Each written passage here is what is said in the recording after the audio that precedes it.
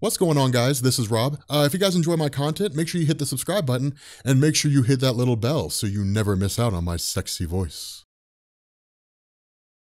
Okay, so it is officially almost the end of January, which means it is now time for us to begin the process of getting back into regular video uploads. For those of you guys who are new to my channel, January is the one time of year when I get to basically wind down and relax and slow down on video uploads. Yes, people always complain. No, I do not listen to them. So having said that, we are getting into X-Men Disassembled. Now, X-Men Disassembled it's interesting. It almost feels like an old Chris Claremont story. That was one of the big things about Marvel Fresh Start, is I think Marvel's trying to kind of recapture the way the comics used to be back in like the 80s and 90s. The reality is that was lightning in a bottle, and I don't know if you can ever really recapture that, but it's cool to see it try. So we have like Ed Brisson, and we've got Rosenberg, and we have a whole bunch of people who are in this trying to essentially write it all together and create this cool set of events. But in any event, what this does is it initially picks up with Jean Grey. Right now, that's one of the things to bear in mind, is ever since X-Men Red, and ever since Marvel's done this whole kind of Fresh Start initiative, Jean Grey is kind of the main focal point. So she's really essentially more of like a stand-in for Charles Xavier during the current run of X-Men comics. And the way this played out, or the way this plays out rather, is she's basically, receives a vision of Jamie Madrox, who is supposed to be dead. And then like this vision basically shows like all these X-Men kind of going ballistic and killing like all these versions of Jamie, all of whom are basically asking where Kitty Pryde is. And so that's when things kind of become a little mysterious, because right off the bat, for somebody to bombard Jean Grey with such a powerful psychic vision means they have to be someone who's equally powerful to her. And if that's the case, it's someone to be taken seriously, which means the visions are to be taken seriously. And that's when Jean starts asking the question. She's kind of like, well, why in the world are we looking for Kitty Pryde? Now, switching over to Kitty proper in North Carolina, as they're piloting the jet to go face off against some B-list villains, really more training for, like Pixie and Armor and really some of the newer or less experienced X-Men. In the middle of all this, Kitty Pryde's powers are basically taken over in the sense that she's essentially forced to like face through the Blackbird, which shorts it out. Now, somebody seizing control of Kitty Pryde and then controlling her ability to phase through matter is important, because what it means is we're dealing with someone who can seize control of the powers of others. And that's a pretty big deal. Like that's a pretty big thing. With regards to Kitty and their crew basically running into these various villains and facing off against them, there's not a whole lot going on here. It's really just kind of showing what they're doing at the time. Now, one of the things that ends up happening is that in the middle of all this, Jamie Madrox shows up. The Multiple Man shows up and simply asks the question, where's Kitty Pryde? And the response is Kitty vanished, which means that now Jamie Madrox is too late. Now, with regards to Jamie Madrox, he's always basically been kind of a background character, or at least has been for the last like decade and a half. Really, like before the events of House of M, going into House of M, and the aftermath of House of M, when he was running essentially in what was it, X Factor, the new X Factor comics, he was a background character. X Factor was really more of like X Factor Investigations. So it was really more of like a,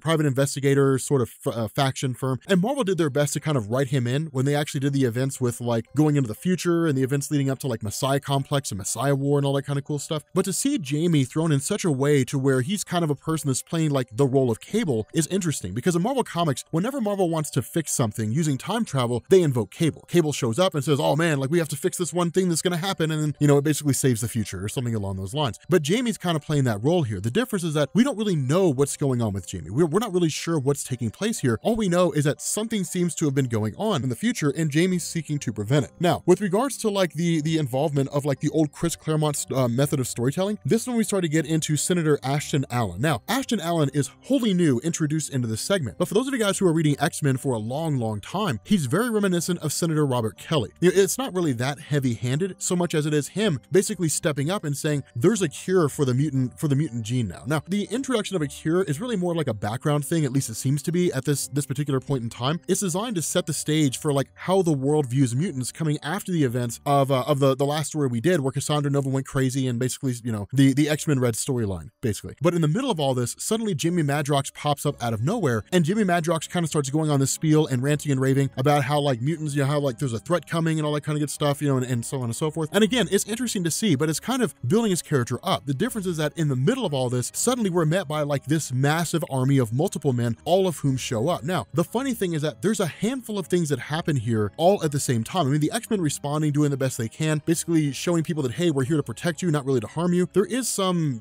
instances here of people kind of like, well, we don't really know if we should trust you or not. But the big thing about this is in the middle of it all, Warren Worthington basically leaves. Like Angel just flies off. He hears hears like some disembodied voice and then flies away. And so that's why things get a little bit crazy, because in the middle of all that, Senator Ashton Allen vanishes as well. And so what we end up doing is picking up with Kitty Pryde after she'd been taken, Senator Ashton Allen after he had been taken, and when the question is asked what's going on here and what the heck is happening, we're met by the fact that someone's managed to capture Apocalypse. Apocalypse is a demigod, right? Like this is a super powerful being. I mean, Apocalypse is by all standards of measurement a virtually unstoppable being. But the other thing is that at the same time this is happening, suddenly like these extinct animals, dinosaurs, are like popping up in cities all over the place. There's these strange weather patterns that are taking place around the world. And that's why people are beginning to sort of panic. And that's why they're trying to figure out what in the heck is going on. As far as the X-Men are concerned, it's like the end times. Now, following this, you end up having like a whole bunch of the group basically locating Multiple Man Jamie Madrox and then facing off against them. But again, what they're looking for is Jamie Madrox Prime, the original version by which all these multiple duplicates come from. And so once they find him, they can basically like either take him out, incapacitate him, whatever the case is, and all the duplicates will essentially vanish, or at least that seems to be what they're shooting for here. In the middle of all that, while that's happening, you end up jumping back to the Xavier Institute proper, and the group's met with the arrival of Legion. So like a lot of things are happening here very, very, very fast. And this is one of the reasons why people are kind of looking at the current Uncanny X-Men series of stories, and they're looking at like the number of titles that have been dropped, and they're really kind of coming to the stance. There's too much happening too fast. There's not really enough time for anybody to catch their breath. It's almost kind of like Marvel's trying to play catch up with like all the terrible writing they've done with X-Men before, and like trying to make up for it with this run of Uncanny X-Men. But again, like Legion showing up here and speaking to this New Mutants, for lack of a better word, they're not really experienced with the character of Legion. They don't really know how to handle him. And that's one of the things that he's kind of betting on here, is when he shows up and says, hey, look, I'm here to help you guys. Like I'm here to fix things. In the middle of all that, suddenly like his mind kind of begins to go awry. And then suddenly he seems to sort of snap and then basically reverts back to his previous self. Now, for David Haller and for the character of Legion, he has over the years been more of an enemy of the X-Men than an actual friend. And a lot of this has been due to the fact that 1, he's insane, 2, he's got multiple personalities, and 3, because he tries to fix things but sort of screws things up in the process. But with regards to this new generation of X-Men, they're totally incapable of facing off and successfully defeating Legion just because of the vast amount of power he possesses. I mean, you're talking about like an Omega level telepath, an Omega level telekinetic, and that's just Legion. You're talking about like all these different aspects of Legion that make him wildly dangerous. So these young kids really don't stand much of a chance here, and that shows itself. The funny thing is that when the rest of the X-Men are called in and they essentially arrive at the Xavier Institute to face off against Legion, again, it's not much of a battle here because Legion is just so powerful. He's able to hold his own against them all. They're not really able to take him out. And that's when he says, like, I'm here to save you all. And when the question is asked, who are you saving us from? The response is, I'm saving you from them. And that's when we essentially get like the Horsemen of Life, the Blob, Frank Dukes, we get Magneto, we get the new Angel, and then we get Omega Red. Now for these characters, again, this is somewhat new territory here in the sense that, I mean, these guys are normally villains. With the exception of Angel, they're normally bad guys, and they're certainly not usually the henchmen of other people. But the fact remains, with Magneto showing up and essentially just kind of like going crazy and like taking out the entirety of the Xavier Institute, what seems to be going on is exactly what we would expect with people who become Horsemen. And this is when we transition to what seems to really be going on here, that the Horsemen of Life are basically serving the X-Man, Nate Gray. Now, this is kind of a big revelation because when Nate Gray makes his debut, makes his appearance to Kitty Pryde and to Senator Ashton and even to Apocalypse, for the most part, they're familiar with his character. Senator Ashton is not. He has no idea who Nate Gray is. The difference is that Nate Gray's been gone for quite some time. And so for him to suddenly make an appearance here, people don't, they don't really know how to handle this. Now, Nate Gray was a character who came out of the story Age of Apocalypse, right? So the way this played out is, again, kind of referencing Legion Quest, that David Haller had come up with the idea that he could kill Magneto before he ever rose to power to become a villain. The result was that Xavier jumped in the way of the killing blow and Charles Xavier died. When that happened, it modified the entire time stream. That Apocalypse, witnessing the events unfolding, chose that moment to basically implement his conquest for world domination and then successfully took over North America. But Nate Gray was a character who was created by Mr. Sinister. And the way this played out was that Sinister, in the main Marvel universe and even the time of Age of Apocalypse, always believed that if Cyclops and Jean Grey were to have a child, that child would be crazy powerful. The gist of this was that during Age of Apocalypse, Sinister wanted to create, basically, genetically modify and engineer a child that could successfully destroy Apocalypse and end his reign. And so he created Nate Gray. And Nate Gray is a super high level, I mean, he's a ridiculous ridiculously powerful character in almost every way. What we're actually going to find out here is he's more powerful now than he's ever been before. I mean, his telepathy and telekinesis was on a scale hitherto unrivaled at the time. Him showing back up here is really anybody's guess in terms of why it's happening, but it's intriguing. But what ends up happening here is he basically sits down and he says, like, the world needs to understand why I'm here, and the world needs to know what my mission is. And so doing something that no telepath on Earth has ever done before, Nate Gray reaches out to the mind of every single being on the planet. Now, it's an interesting scenario here because in reality, Legion seems to be the only one who truly knows what's going on with regards to X-Man Nate Gray, but he's not really telling anybody what's happening. Instead, he's kind of taking the stance of, like, I have a plan and I need Jimmy Madrox in order to execute my plan, but in reality, you guys just kind of have to trust me. Now, the other half of this is that when it came to Jamie being tied up and having duplicates forced out of himself, that was Legion doing that. Legion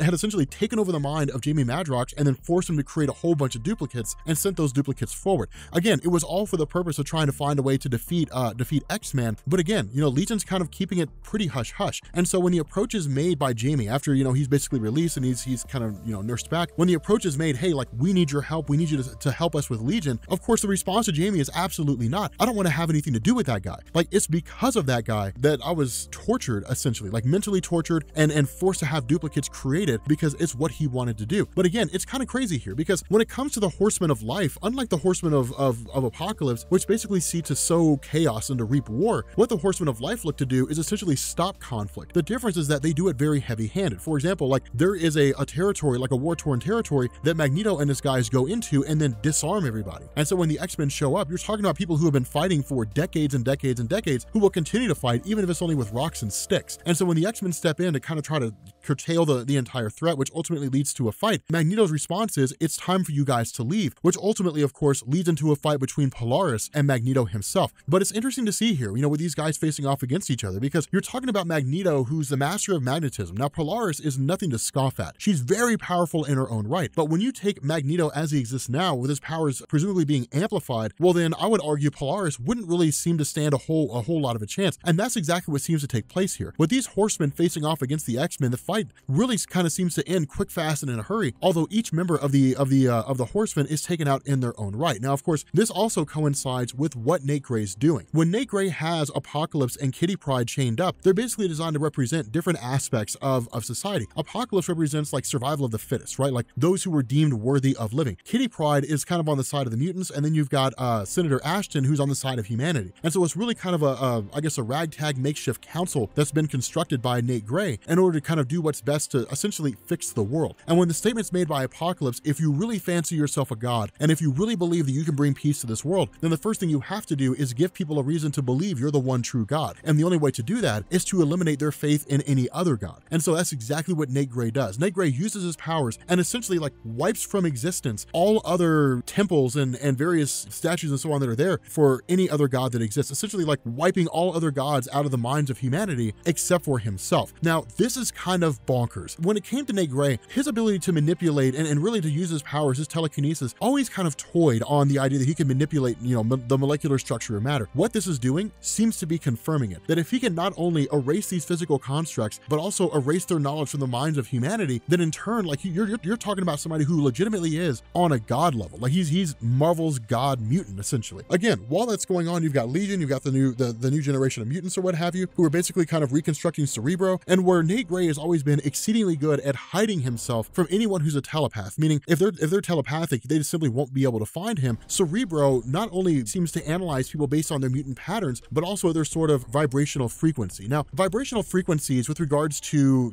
mutant powers is really kind of a new concept here. It's not something that's been around for a long time. Cerebro and the version after it, Cerebra, always kind of existed as like, hey, there's a mutant signature there. And we detect them by virtue of like the X gene that exists inside their body. What this seems to be doing is kind of introducing the idea that like every being vibrates at a kind of vibrational frequency, but the frequency of X-Man is unique because he's not native to this universe. And so it's like having a pile of white blocks and then you throw a red one in there. Well, of course, the red one's gonna stand out like a sore thumb unless you were like colorblind. For those who know how to look for Nate Gray, they can find him. And Legion is someone who can. But again, like, he seems to be very ambiguous here and seems to be kind of fighting for somewhat of a villainous cause. And that's why things are a little strange when it comes to his characters, because we don't know exactly what his motivation is. But when you switch over to Psylocke and then you have her essentially trying to talk to Warren Worthington, one of the things to bear in mind is Warren Worthington mentally has been through a lot over the years. Originally, he was just Angel. He was just part of the original X-Men. And then eventually he was, or at least had his wings blown off his body, and then he was taken by Apocalypse, and then Apocalypse offered to quote unquote heal him, and then in turn turn him into like the Horseman Death by warping his mind. And it took years and years and years and years for him to kind of regain his bearings. But in one fell swoop, when Betsy Braddock goes through and takes her psychic sword and literally slashes at him, what she ends up doing is basically waking up the evil persona of Warren Worthington. She effectively brings back the version of him that's known as Archangel. For those people who are really, really familiar with this character, this is exciting. For those people who don't know who it is,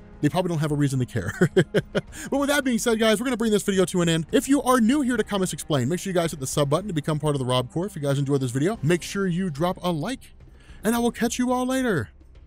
Peace.